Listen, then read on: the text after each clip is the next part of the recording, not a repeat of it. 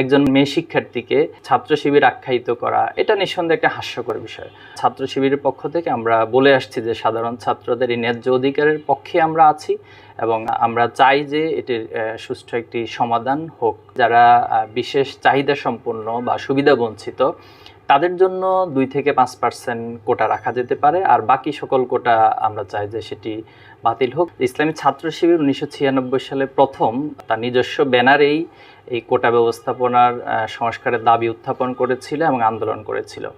তো তারই ধারাবাহিকতায় সেটা 2018 সালে এসে একটি গণ আন্দোলন বা ছাত্রদের আপামর সাধারণ মানুষের আন্দোলনে পরিণত হয়েছে।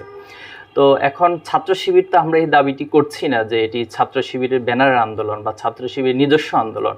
যেহেতু এটি সাধারণ ছাত্রদের সবার গণদাবিতে পরিণত হয়েছে, নিঃসন্দেহে এটি সাধারণ ছাত্রদের আপামর মানুষেরই আন্দোলন। তো আমরা মনে করছি সাধারণ ছাত্রদের এই আন্দোলন তারা যে প্রক্রিয়া অগ্রসর করে নিচ্ছে, ছাত্র শিবির সে জায়গা থেকে তাদেরকে সমর্থন এবং আমরা চাই যে আন্দোলন সফল হোক। কোটা সংস্কার আন্দোলনটি একটি সার্বজনীন রূপ পেয়েছিল 2018 সালের ছাত্রদের আন্দোলনে, এবং তখন সরকারের পক্ষ থেকেই পরিপত্র জারির মাধ্যমে কোটার বিষয়টিকে সুরাহা করা হয়, একটি সমাধান করা হয়। কিন্তু দুঃখজনক হলেও সত্য, আমরা দেখেছি যে সরকার 2024 সালে এসে সে কোটা ব্যবস্থাকে আবার ফিরিয়ে নিয়ে এসেছে এবং সেটা আদালতের মাধ্যমে করেছে। তো এই আদালতের মাধ্যমে আবার কোটা ব্যবস্থা ফিরিয়ে আনার প্রতিবাদে ছাত্ররা আবার মাঠে নেমেছে এবং ছাত্ররা আন্দোলন করে যাচ্ছে। ইসলামী ছাত্র শিবিরের পক্ষ থেকে আমরা বারবারই বলে আসছি যে কোটা সংস্কার বা কোটা যে পুনর্গঠনের যে জায়গাটি, এটি অবশ্যই সংস্কার হওয়া প্রয়োজন।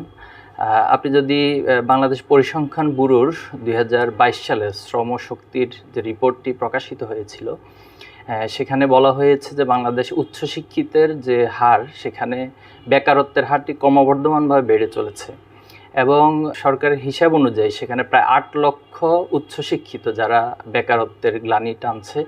এটা বাংলাদেশের শিক্ষা ব্যবস্থার জন্য, সার্বিকভাবে আমাদের সরকারি ব্যবস্থাপনার জন্য একটি দুঃখজনক ঘটনা। 2018 সালে পরিপত্র প্রকাশের আগ পর্যন্ত যে বিসিএসএ, শুধুমাত্র বিসিএসএ 6000 কোটা যেটা সরকার পূরণ করতে পারেনি, কোটা খালি থেকে গেছে।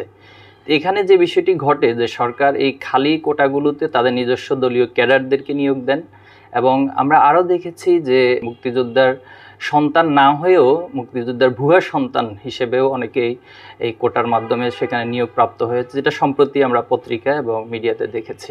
তো নিঃসন্দেহে এই কোটা সংস্কার 2024 সালে অবশ্যই হওয়া উচিত এবং ছাত্র শিবিরের পক্ষ থেকে আমরা বলে আসছি যে সাধারণ ছাত্রদের এই ন্যায্য অধিকারের পক্ষে আমরা আছি এবং আমরা চাই যে এটির সুষ্ঠু একটি সমাধান হোক। আসলে কোটা বিরোধী এই শব্দটা আমরা নিতে চাচ্ছি না, আমরা সংস্কার চাচ্ছি। তো এক্ষেত্রে যেটি আমি বলবো যে একটা সময় একটা বাস্তবতা ছিল যে মুক্তিযোদ্ধাদের প্রতি সম্মান প্রদর্শন রেখেই ওনাদের সন্তানদেরকে কোটার ব্যবস্থাপনা ছিল, কিন্তু 2024 সালে এসে আসলে এটিকে এখন আর যৌক্তিক মনে হচ্ছে না আমাদের কাছে।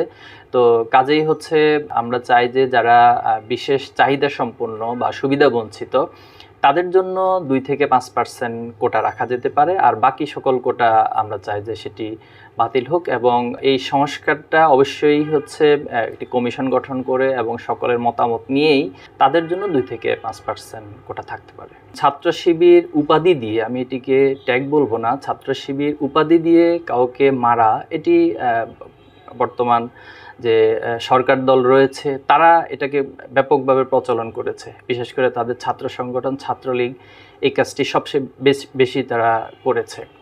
তো এই ইতিহাসের ধারায় আমরা দেখেছি যে শুধুমাত্র নির্যাতনই না, বরং ছাত্র শিবির উপাধি দিয়ে অনেককে হত্যা পর্যন্ত করা হয়েছে।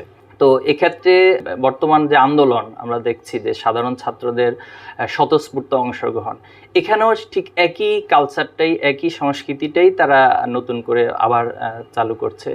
একজন মেয়ে শিক্ষার্থীকে ছাত্র শিবির আখ্যায়িত করা, এটা নিঃসন্দেহে একটা হাস্যকর বিষয়। তো আমরা মনে করছি এই সংস্কৃতি থেকে আমাদের সবাইকে বের হওয়া উচিত এবং সাধারণ ছাত্রদের এবং শিক্ষার্থীদের যে আন্দোলন, সেই আন্দোলনকে তার জায়গা থেকে সকলকেই সাপোর্ট করা উচিত এবং সেটার প্রতি সম্মান প্রদর্শন করা উচিত। কোটার একটা বাস্তবতাটা হয়তো বাংলাদেশের স্বাধীনতার পরে ছিল, বাট 2024 সালে এসে মুক্তিযোদ্ধার সন্তানদের পরবর্তী প্রজন্ম, বিশেষ করে তাদের নাতি বা অন্যান্য যারা আছে, পোষ্য কোটা, এটা আসলে বর্তমান সময়ে আসলে অবশ্যই সংস্কারের দাবি রাখে। এবং সে জায়গা থেকে আমরা বলছি যারা অবহেলিত বা যারা হচ্ছে সুবিধা বঞ্চিত, তাদের জন্য নিঃসন্দেহে 2 থেকে 5% যৌক্তিক। এটাও অবশ্যই একটা কমিশন গঠন করে যাচাই বাছাই করে সবার মতামত নিয়ে সেটা হতে পারে। তবে মানে বর্তমান যেটা প্রচলিত কোটা, সেটার অবশ্যই আমরা সংস্কার চাই।